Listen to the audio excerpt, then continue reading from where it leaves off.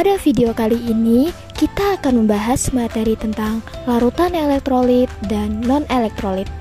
Nah, tapi sebelumnya, mari kita perhatikan fenomena berikut ini. Tayangan berikut ini memperlihatkan buaya memangsa belut, tetapi buaya yang mati. Mengapa demikian? Buaya menjadi mati dikarenakan belut yang dimangsa adalah belut listrik. Teman-teman, baru saja kalian simak video yang berkaitan dengan topik kita kali ini. Yuk kita lanjut menyaksikan video materi belajar pada kesempatan kali ini. Kalian tentu juga ingin tahu kenapa buaya bisa mati setelah memangsa belut listrik. Hal ini dapat dijelaskan dengan materi yang sekarang akan kita bahas.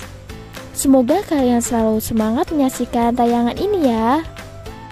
Adapun sistematika pembahasan kita pada kali ini adalah kompetensi dasar, materi, praktikum virtual, dan kesimpulan. Kompetensi dasar pada materi larutan elektrolit dan non-elektrolit adalah 3.8 menganalisis sifat larutan berdasarkan daya hantar listrik, 3.9 membedakan daya hantar listrik berbagai larutan melalui perancangan dari pelaksanaan percobaan. Nah, dengan mempelajari materi larutan elektrolit dan non-elektrolit, teman-teman akan mampu menjawab pertanyaan dari fenomena tadi. Mari kita review dahulu konsep tentang larutan. Larutan didefinisikan dua zat yang membentuk satu macam fasa homogen, di mana setiap zat yang tercampur menyebar secara merata di seluruh campuran. Di dalam suatu larutan terdiri dari pelarut dan zat terlarut. Adapun pelarut adalah zat yang digunakan sebagai media untuk melarutkan zat lain yang umumnya berjumlah lebih banyak dibandingkan zat lain dalam larutan. Adapun zat terlarut adalah komponen dari larutan yang memiliki jumlah lebih sedikit dalam larutannya.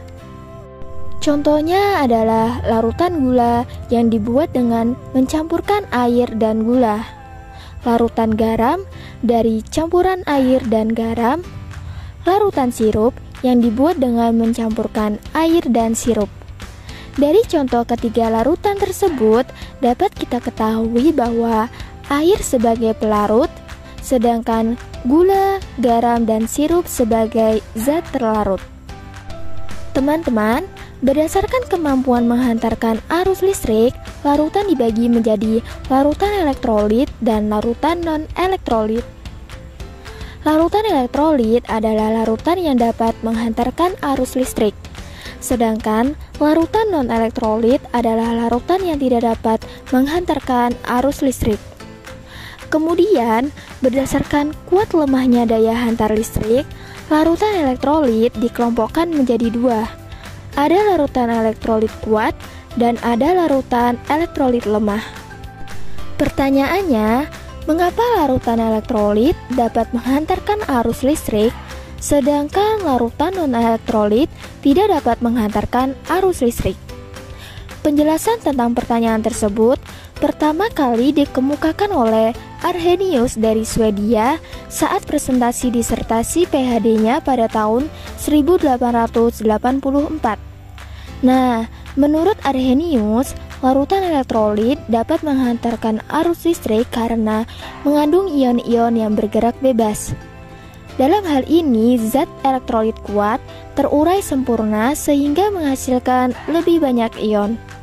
Sedangkan zat elektrolit lemah terurai sebagian sehingga jumlah ion yang dihasilkan lebih sedikit. Adapun dalam larutan, zat non-elektrolit tidak terurai menjadi ion-ion, melainkan tetap dalam bentuk molekul yang tidak bermuatan listrik. Nah, kemampuan suatu zat untuk terion dalam larutannya dinyatakan dengan derajat ionisasi yang dilambangkan dengan alfa. Untuk zat elektrolit kuat, derajat ionisasinya adalah 1. Untuk zat elektrolit lemah, derajat ionisasinya kurang dari 1 tetapi lebih dari 0. Dan untuk zat non-elektrolit, derajat ionisasinya adalah 0. Larutan elektrolit, baik yang kuat maupun yang lemah, dan larutan non-elektrolit dapat dibedakan oleh rangkaian alat yang dialiri oleh arus listrik. Oke teman-teman, untuk menguji daya hantar listrik suatu larutan, mari kita melakukan praktikum virtual atau virtual lab. Adapun tujuan dari praktikum kita kali ini adalah mengidentifikasi larutan elektrolit dan non-elektrolit pada suatu larutan. Dan untuk alat dan bahan yang kita butuhkan yaitu baterai, lampu atau bohlam, kabel, elektroda, larutan garam, larutan gula, dan larutan asam cuka atau CH3COOH. Berikut ini ilustrasi untuk mendeteksi aliran listrik. Pengujian daya hantar listrik pada larutan dapat dilakukan dengan menggunakan alat-alat yang dirangkai sedemikian rupa, sehingga dapat mendeteksi aliran listrik pada suatu larutan. Yang pertama kita menguji air garam. Pengujian pada air garam menunjukkan lampu menyala terang dan banyak gelembung gas pada elektrode. Mengapa demikian? Air garam dapat mengantarkan arus listrik karena NaCl dalam air terionisasi sempurna menghasilkan ion Na+ dan ion Cl-. Reaksi ionisasi yang terjadi pada air garam adalah NaCl menjadi Na+ plus Cl-. Adanya ion Na+ dan ion Cl- yang bergerak bebas dalam air adalah penyebab mengapa air garam dapat menyalakan lampu dan menghasilkan banyak gelembung gas pada elektrode. Dari kedua indikator tersebut, dapat kita simpulkan bahwa air garam termasuk elektrolit kuat. Asam cuka. Pengujian pada air asam cuka menunjukkan lampu tidak menyala atau redup dan sedikit gelembung gas pada elektrode. Mengapa demikian? Larutan asam cuka terionisasi sebagian dalam air, sehingga hanya sebagian ionnya yang dapat bergerak bebas. Reaksi ionisasi yang terjadi pada asam cuka yaitu CH3COOH setimbang menjadi CH3COO- plus H+. Oleh karena itu, reaksi dari larutan tersebut adalah lampu tidak menyala atau redup, tetapi masih terdapat sedikit gelembung gas pada elektrode. Dari kedua indikator tersebut, dapat kita simpulkan bahwa air asam cuka termasuk elektrolit lemah. Air gula. Pengujian pada air gula menunjukkan lampu tidak menyala dan tidak ada gelembung gas pada elektrode. Mengapa demikian? Dalam larutan, gula tidak terurai menjadi ion-ion, melainkan tetap dalam bentuk molekul yang tidak bermuatan listrik, sehingga tidak ada ion bebas dalam larutannya. Adapun molekul pada air gula adalah C6H12O6. Pada uji air gula, tidak membuat lampu menyala dan tidak terdapat gelembung gas pada elektrode. Nah, dari kedua indikator tersebut, dapat kita simpulkan bahwa air gula termasuk larutan non-elektrolit.